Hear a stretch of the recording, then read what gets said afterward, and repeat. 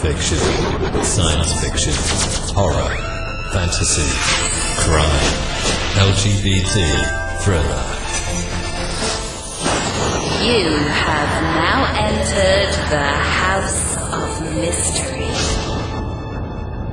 with your hosts, Eric Shapiro, David North Martino, John Copenhaver, and Al Warren. Heard on KCAA 106.5 FM Los Angeles, 102.3 FM Riverside, and 105.0 AM Palm Springs. Hi and welcome to my show this evening, and I really am honoured today to be interviewing somebody who is so charismatic, and I've had the pleasure to interview before, albeit as a co-host with now producer Al, and her name is Krystal Madison, and she's known as the Witch of Sleepy Hollow. And last time I interviewed Krystal with Al, she was explaining to us about her beliefs and the ideology and principles behind being a witch, and it was absolutely fascinating. So thank you, Krystal, for agreeing to be interviewed by me again. I'm absolutely humbled. Thank you for having me again. I'm honored. So for the purpose for those people listening who missed the last interview or may not be familiar with yourself, tell us a little bit about all of the things that you do, because you're a medium, you're a witch, you talk about paganism on your website, you clearly support people with communicating with those that have passed over, and you're called the psychic for those who don't usually go to psychics. So tell me a little bit about that. Well, I think that when most people think of psychic, they think of that shop along the street that has the flashing neon palm. And they think of, some things they've seen in movies with the craziness going on. And my approach is very, very different from that. I'm very down to earth. I'm very direct. I don't hold back in the messages that I get and the things that I see. And I always have plenty of tissues for the readings. And I'm a hugger too. I mean, I've been known even at festivals to get up from my chair and go over and hug the person because I could actually feel the energy coming off of them, and that they're about, they're ready to cry. It's not always about, when somebody says, well, how much do you charge for a reading? I don't have money, and he said, but I bake. I'll make you a pie. And I said, fine. I've taken chickens. I've taken pie. So I'm not your usual, I'm not the psychic that, that most people would think. There's no crystal ball. There's nothing crazy going on when someone comes to see me. It's a very relaxed atmosphere. My office is all earth tones, and, there's nothing crazy. No skulls, nothing like that. So, that's in my house. I keep that to my house, but, in my office it's just not that way. I mean, my goal is to make the client as comfortable as they can possibly be. I love that, because that is so relaxing for people, isn't it? When they come to a medium or a psychic looking for resolve or peace or some sort of finality and settlement in terms of being able to move forward, and normally in quite a state of trauma. And then when somebody goes in and finds all these kind of, I suppose, ornaments associated with paranormal paraphernalia, it just makes a little bit of maybe of a mockery of what we do. Right. No, so my focus is the client that comes to me. Oftentimes it's somebody's first time. Believe it or not, you would think by now that so many people have gone to see a psychic or have gone to see a medium, and that is definitely not the case. And I also acknowledge that many times if they're coming to see a psychic, whether it's me or it's somebody else, they either have issues that are unresolved within themselves or with somebody who passed on and they didn't get that closure. So I do try to be mindful of that, and try to help the client resolve those issues, whether it be by a message that comes through that puts them at ease, or they had a question that they came with, and Spirit comes through and answers that. It could be in the strangest way too. I had a woman in front of me one time where I said, I'm seeing casinos and I'm seeing doves around the casinos, and she just started crying. And she said, well, my husband's symbol, before he died, he said, I will send you a dove. And she was supposed to go to the casino with her girlfriends and with him, and then he had passed on, and she felt guilty about going on to the casino without him. So that was his way of saying, just do it. Just go. Don't feel guilty. Live your life. Move on. I'm fine. So I got goosebumps just you telling that. So yeah, I mean, it's about the client. It's about making them comfortable. I'm not about, putting on a show or trying to have as many oddball things in my sphere as possible. In the office, they walk in and they're going, oh my God, what is she into? So just very relaxed and comfortable energy. So you when you do a reading, how do you receive the information? Because many mediums will describe this in a very different way, and I describe it as a thought that comes in that you then make sense of. But how do you describe that? Oftentimes it comes as a thought. You're absolutely right. The easiest way for spirit, as for them to communicate is telepathically. Yeah. So a lot of times it'll come in as a thought. Sometimes there are symbols. There's a story about that too. Sometimes there's symbols. I'm also a physical medium, so if the person sitting in front of me has an ailment, or the person who has passed that's communicating passed away from some kind of condition, I'll actually begin to feel it. Yeah. This with emphysema, I'll start coughing, and I'm having a hard time breathing. If there was impact or trauma to the head, I'll feel it. And it's all about interpretation too, especially when you're being shown symbols. I mean, for example, I had another client in front of me, and I kept seeing the castle for Disney. And I kept seeing in front of that castle, you know how in the Disney movies, they'll say Walt Disney Productions, but there's that Disney font, and I kept seeing the name Walt. So I assumed Disney World.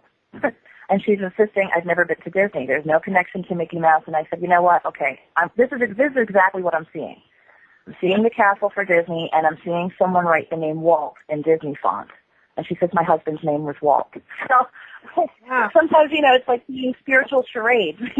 So if they're not giving it to you telepathically and you're seeing the imagery, you have to try to interpret that imagery. And sometimes it's impossible if it's not personal to you. I mean, you're just a messenger. So you're trying to relay this message, and at the same time you're trying to interpret it, and you don't know what the heck it means, and it's personal to the person sitting in front of you. So sometimes you just have to say, this is what I'm seeing. I don't know what it means, but this is what I'm seeing. And it makes perfect sense to them. I remember a time, Krystal, where I stood at the front of a spiritualist church, early days for me, and it was one of my first ever appearances at a spiritualist church. And I'm not particularly, I'm religious in my own way, but I'm not really quite sure about many different things. I've got lots of questions. So I was at the front, and I was asking spirits to give me information. And we have a cartoon over here called Postman Pat. And all I kept seeing was this Postman Pat and his van. And I was putting that out to the audience, and nothing was coming back. And I really was dying a death, like a really poor comedian. And I asked Spirit, look, I said, this is not good enough. I cannot do this. I don't know what you're talking about. And they showed me a picture of me opening up a gas bill that morning. And I said to the audience, okay, who's got British gas? And this gentleman in the audience said, well, that's me. I got that letter this morning. I said, well, what's relevant about the letter? He said, well, I don't actually get a gas supply. I said, okay, who's Pat? He said, oh, that's my son. So I had Post, I had Man, and I had Pat. So I had the whole cartoon, but actually the way that was given to me to get to that one gentleman in the audience was crazy. And that's how some of the complexities, isn't it, of what we do and trying to make sense of information. No, absolutely. Just recently I had a friend, two friends, and they usually call me on three-way every morning. And they both had a friend named Sean who passed away. And they were talking about Sean that morning. And his name was spelled S-H-A-W-N. So he said, I really feel his presence around. And if Sean, if you're here, please give us a sign. At that moment, I called with one of my ministers whose name is Sean. Anyway, I said I have my friend Sean on the phone. He's one of my ministers, and they completely freaked out. And I said, "How is your name spelled?" And he said SHAWN. And they're like, "Oh my God!" So they have very unique ways of getting their message across. Sometimes they're startling. It's right there. There's no denying it. You know that's a message. And then there are times where it's more subtle. Yeah, definitely. Really interesting, isn't it? And you cannot explain. I was talking to somebody, I was being interviewed myself actually on a radio show the other day, and I was trying to explain that one of the critiques with mediumship is that we are trying to make sense of information that is given. And as human beings, we try and almost humanize it and make sense of it when actually we just need to give what we're being given. And that's really hard for us because we want to put it into a context because we're trying to evidence the existence of and the validity of what we're giving. But actually sometimes that can really backfire if we think about it too much. Right. So there was a time in my life where I completely denied the gifts that I had, and I didn't want it. Right. And oftentimes they don't stop, whether you want it or not. If they know you can hear them or they can, or you're sensitive, they're going to keep coming. Yeah. And it would be in the most awkward situations or the most inappropriate times. And I finally just said, I'm not going to leave me alone. As well, just do something about this and just sort of embrace who I am. Yeah, I've got a day job and then the mediumship as well, and it is really difficult trying to know when you move from one to the other in terms of career-wise. It's it's you know what you're meant to be doing. You know that you've been given a gift for a reason, but it's about timing and when you make that full-time kind of vocation, I suppose. Just thinking about something you said just now, you talked about one of your ministers, and I read on your website that you're an ordained minister. So what does that mean? Tell me about that. I am an ordained minister with the Trinacrian Rose Church in Salem, Massachusetts. I am legally allowed to perform weddings, hand fastings, funerary rites, naming ceremonies, which are the equivalent of our baptisms. It's a non-denominational church. I also make visits to the local hospitals for those who are sick. Mm-hmm. And that's what ministry is. It's service. And what does the title of High Priestess mean? You talk about being a High Priestess of the Order of Corvin. What does that mean? I am High Priestess of, it's actually a family order. It's House Corvin. I am the head of House Corvin. I was also initiated High Priestess into Raven's Wing Coven in upstate New York. High Priestess is somebody who leads a coven or leads a type of religious or spiritual order or group. It's basically a calling. You hear a service, you hear a call to service. If you answer it, and the purpose is to serve. So a high priestess is a teacher, a high priestess is a counselor, a high priestess is a minister in their own way. It's a lot of work. It's phone calls at 3 a.m. It's, people showing up at your door unannounced who need help, and it's really, there is a bit of a difference from being a minister and a high priest or high priestess, only in being that a ministry is recognized by the state. Yeah. But essentially it's almost the same thing. Okay. So I just find it all fascinating, and I mean that completely. So Thank you. what I want to find out a little bit more about is, normally when I talk to people, I can ask them, what are those early experiences that lead you to where you are? But when I was thinking about this interview earlier on this afternoon, the one question that came to me was, because I'm sure there are many experiences you've had, but the single and the earliest experience that's led you to your current place of being, Krystal. My earliest experience?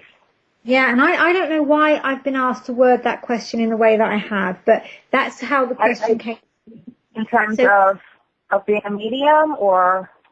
Well, to where you are today, so spiritually where you are today, so the single earliest experience that led you to your current place of being, wherever you think that might be. Ooh, it's quite a hard question, but it came to me earlier, and I knew I needed to ask you it. That's a great question. Well, I was born into a family of witches.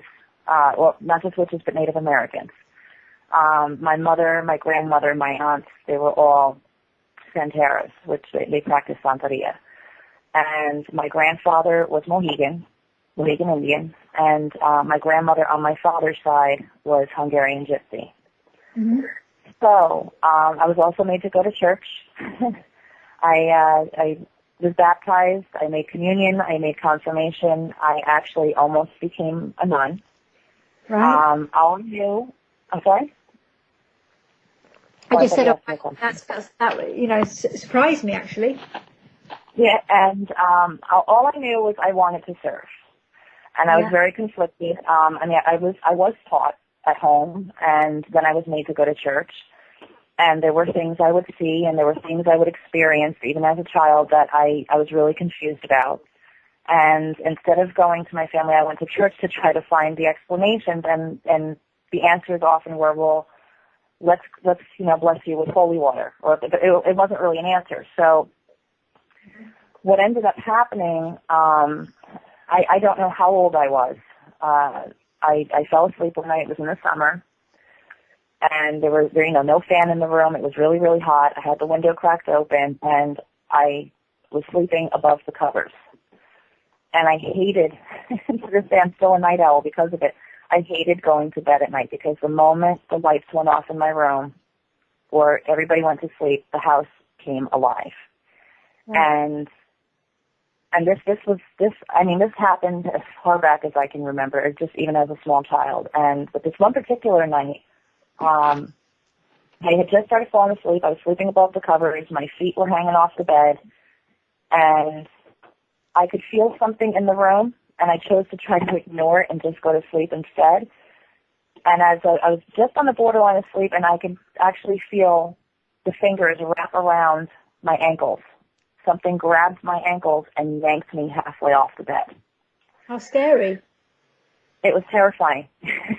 And to this day, I cannot sleep without my feet covered. I can't sleep without a comforter. I will never sleep above the blankets. I'll never, there's always some sort of light on. So I would say that was probably my earliest experience that brought me to where I am now. As young as 9, I was studying parapsychology when my friends were outside playing. I had my nose in books. I was doing my research because there were things I was seeing that I couldn't explain, and I was too scared to talk about. So I took it, into my own hands, and tried to find the answers myself.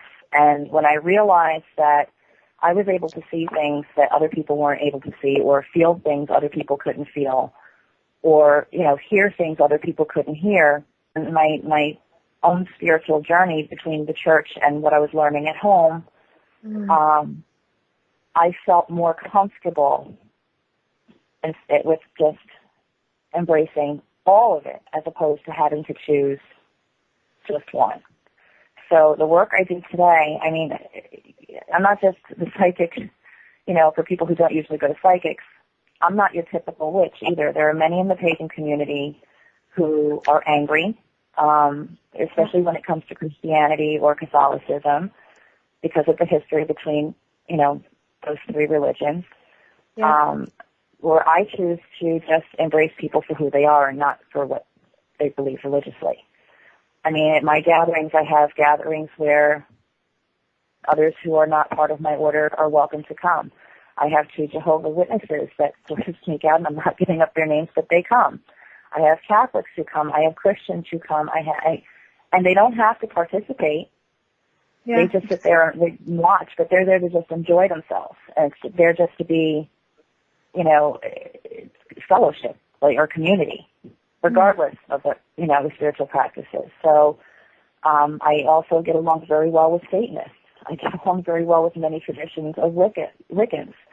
And I know my place, I'm not an initiate. I do belong to a temple that is primarily Wiccan, but I am a member of the Board of Trustees. And they do try to get me to come to ritual, and I always refused very politely. And when they asked me why, I said, I'm not Wiccan. And they said, well, that doesn't matter. But it does. It does matter. I don't want anybody to be confused. Yeah. I'm here to help the temple grow and flourish, and that's what I'm doing. Hey, honey. That's my little one in the background. Oh.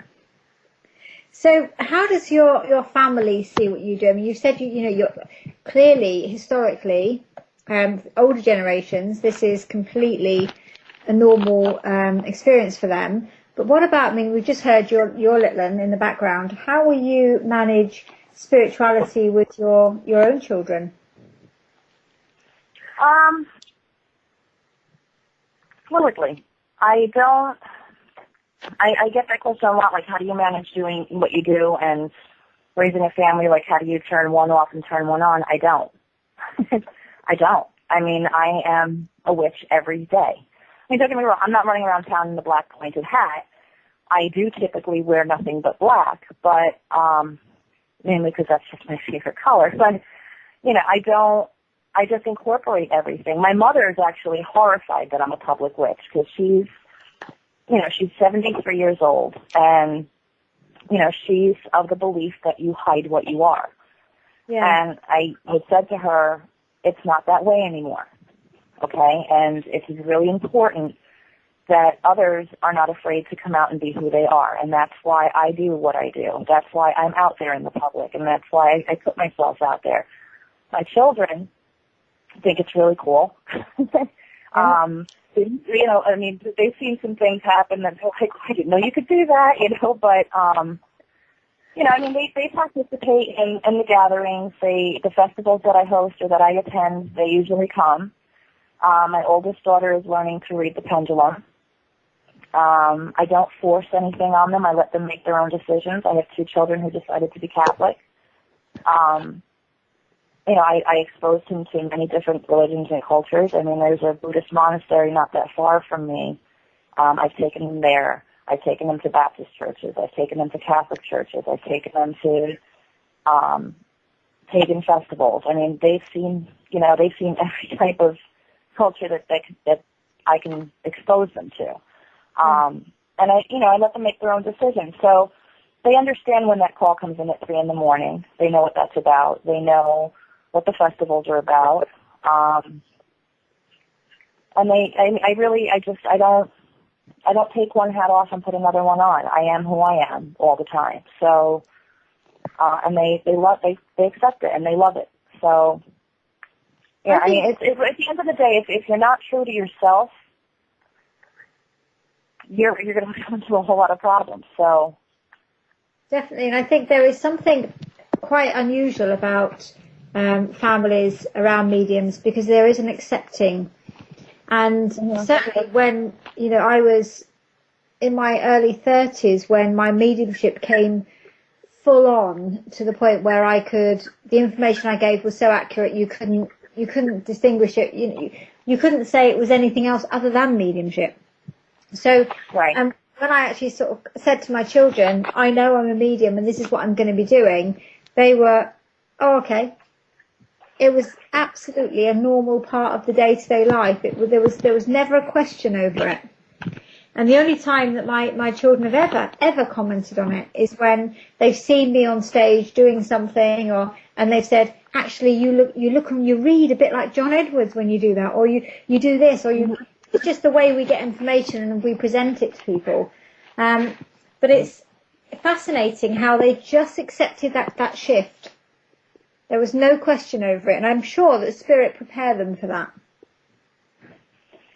Yeah, my 2 older children are extremely psychic. I mean, sometimes they scare me with how good they are. And a good example. One time, my son, who's 12 years old, he used to love Power Rangers.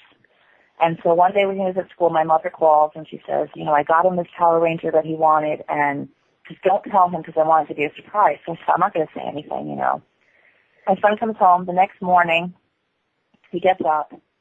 he comes down the stairs with this smile on his face, like almost like he was up to no good. And I said, what are you smiling about? He goes, I know what Grandma got me for my birthday. And I said, really, what did she get you? And he rattled off the name of the Power Ranger. And my mouth just dropped. And I said, how did you know? He goes, because her father and mother told me. Now, my grandparents have been deceased for years. He never even met them. And I said, really, Michael? And well, what did they look like? He said, well, sometimes they speak in English, and I can't understand when they don't speak in English. They'll speak, I think it's Spanish. He says, but, your grandfather likes to smoke his cigars, and now my room stinks. And, these were all things he couldn't have known. He could not have known. So I called my mother, and I said, you might want to have a talk with them, because they're telling him, this was supposed to be a surprise. So they, it's not just accepting, but they are experiencing it themselves. There are times we had a house where it was, it was an extremely active house, and it was almost like it was almost like Grand Central Station. A lot of them never stayed; they were just sort of passing through. But there were times they would come downstairs and say, "Mom, there's something in my room. You need to go handle that." Or my guitar just started playing by itself. There's somebody in there. You need to go handle. I'm freaked out. So I started them off with giving them a crash course in smudging. Okay, This is what you do. This is how you do. And so I don't think that children learn what they live, and if they are raised learning how to hate, then they're going to hate. If they're raised learning how to love and accept, they're going to love and accept. And if they're raised exposed to different people, different cultures, different practices, they're going to embrace that, and they're going to come up with their own decisions about it. Absolutely. So when we spoke last time, we were talking about you had a witches' ball coming up. How did it go? Oh, it was wonderful. We had a good time. My date was the Headless Horseman. We had the belly dancers from Tribal Dance Long Island and Caravan Connection. They are amazing, and they gave a wonderful performance. They're going to be joining us again this year. And last year's, there's a theme every year. Last year's theme was Victorian Secrets. This year's theme is Day of the Dead. And this year, the location of the ball is actually right up the street from Sleepy Hollow Cemetery. So it's going to be fun. It's going to be a lot of fun. How many people attended? We had a good time. How many people attended? You know what? I really don't know. I know it was full. It was definitely full. I think it was somewhere up for the first year. It was like 60 or 70. We had booked a relatively small room because it was the first year. Yeah. This year we expanded the space. We're already selling tickets to the ball. Amazing. So 60 and 70 is first year. Yeah, last year, because the festival includes, last year it included a one night seance, a one-day psychic fair, and the witches' ball. This year, the seance is 2 days, two evenings, excuse me. The psychic fair is 2 days, and the witches' ball is obviously 1 day, but we also incorporated workshops this year. So we have magic with henna, candle magic, learning the tarot, ghost hunting 101.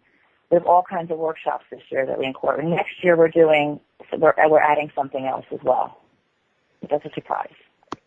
And we expanded the space too for the psychic fair as well. We tripled the size for the psychic fair. We had over 600 people come through the door last year. I'm feeling a little bit disappointed that in the UK we have village halls with a few mediums scattered in corners doing their readings, and that's what they call a psychic fair. Mm-hmm. So feeling a bit disappointed that we don't quite have the level of passion, I think, in terms of events for mediumship, psychics, and generally differences. We just don't do that here. It's a shame. Well, I started Festival of Witches in Sleepy Hollow to bridge the gap between the pagan and witch community and, for lack of a better word, the mundane community. I mean mundane in the nicest way. I'm talking, those who are not magical practitioners or, and it's been really great. We had a Beltane festival this year that we did as well. And, I mean, that's really the goal, is education and bringing those communities together. And, you know, it's not circusy. It's not, there's nothing scary.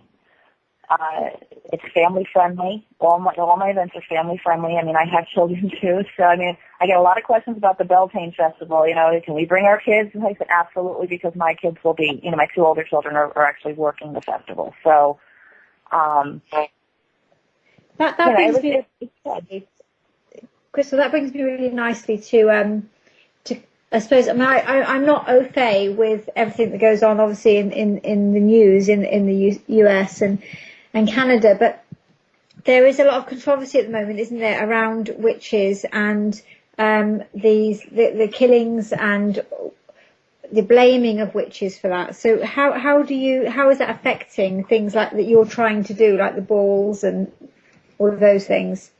Well, we had a recent thing happen here where in the States where there was a triple murder, and the murder happened on the blue moon.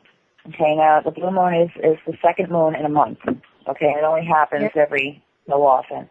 And one of the suspects happened to be, or proclaimed to be, allegedly Wiccan. So the police department automatically assumed that it was a ritual killing done by Wiccans, and because of the way the bodies were placed and because it was on a full moon and a blue moon, that it had to have been a ritual killing.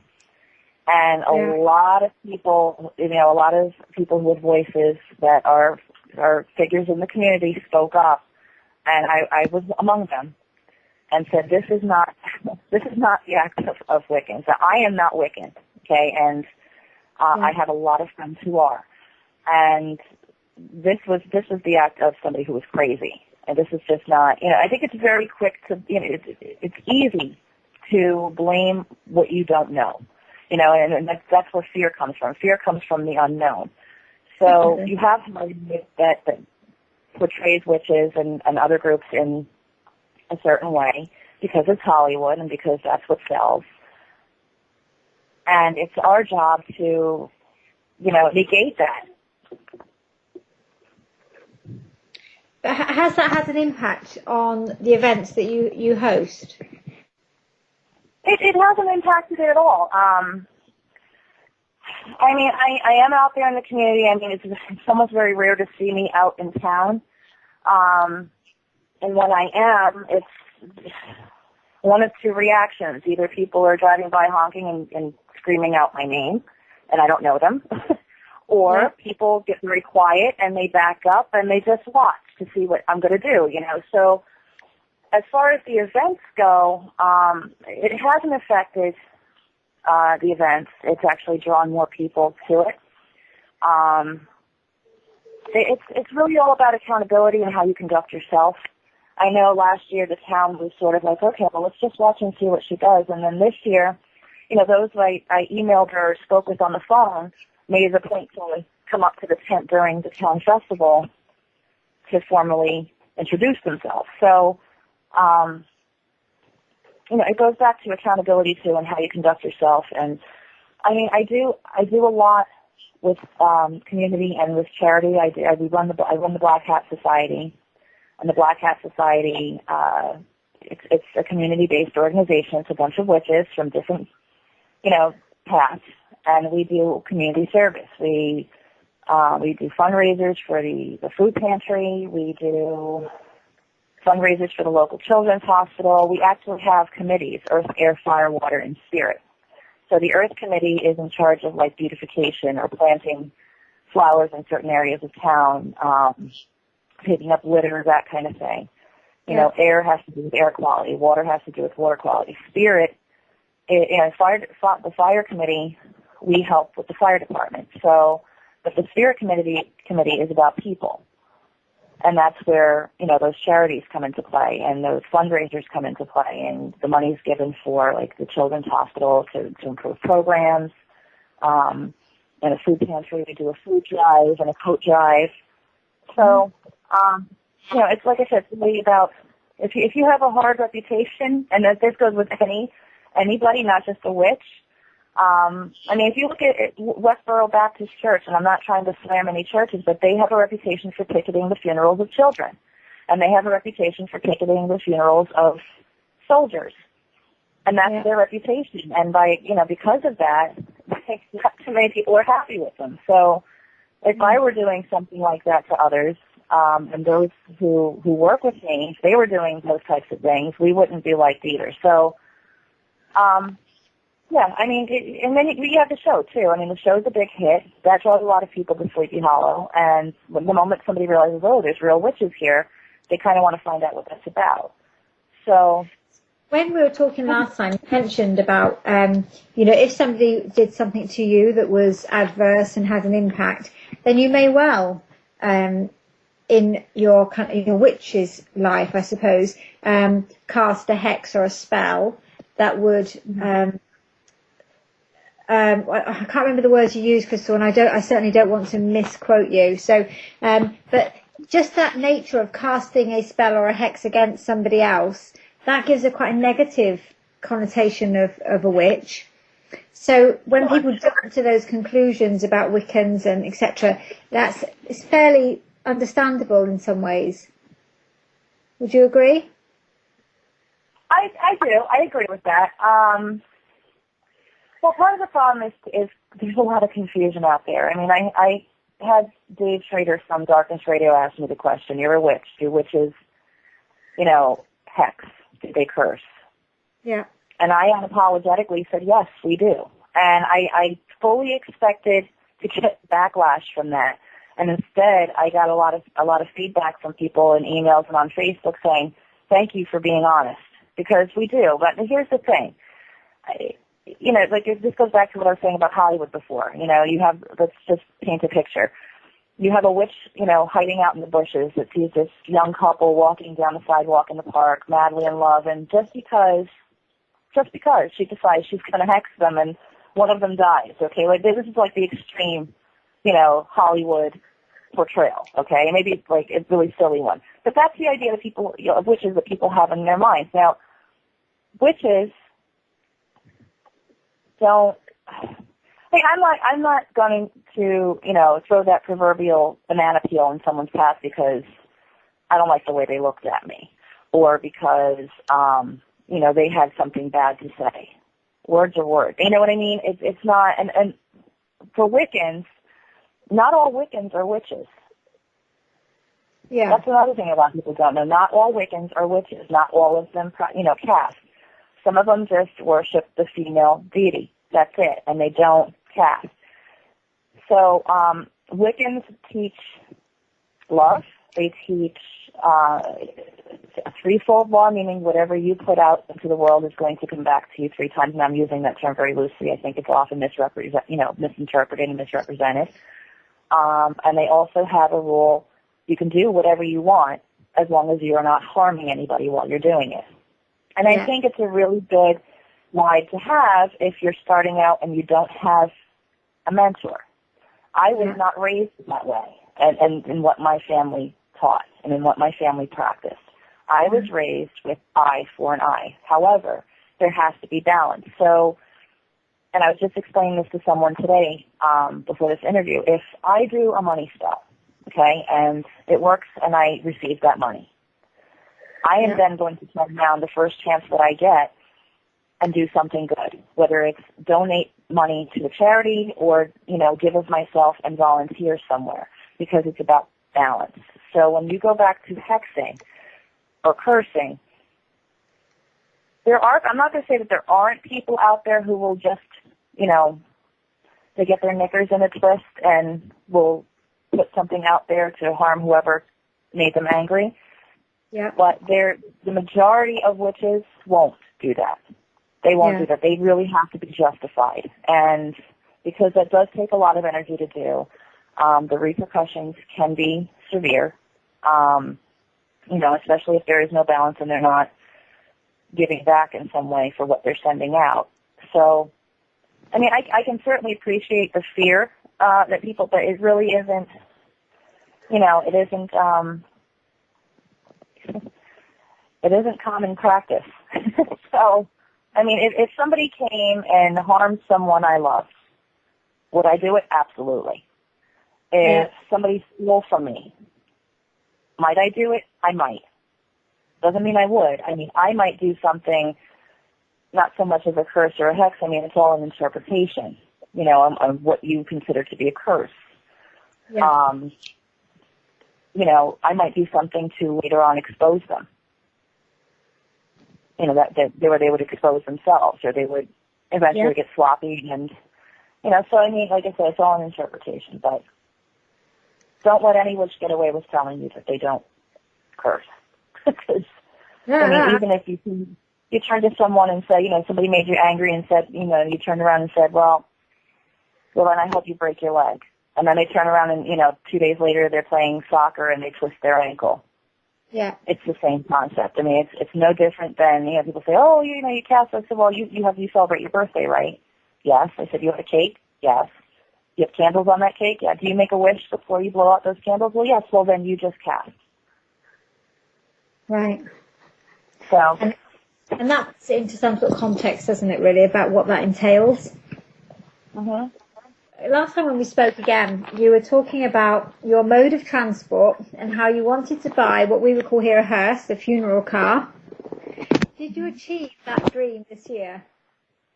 I'm still looking for a hearse.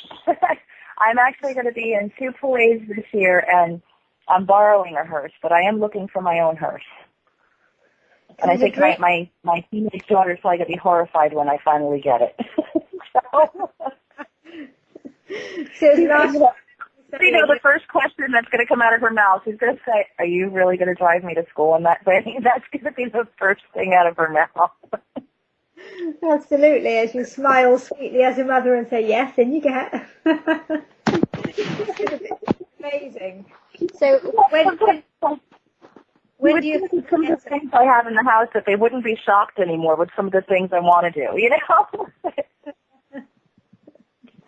Well, Krystal, thank you so much for agreeing the interview. As I said before, I think, you know, you're living the person that you are, and I admire that greatly, because so many people in life are restricted because of society values, beliefs and rules, and they don't feel they can be who they are, whatever that means for somebody. And there are many different. I went through it too.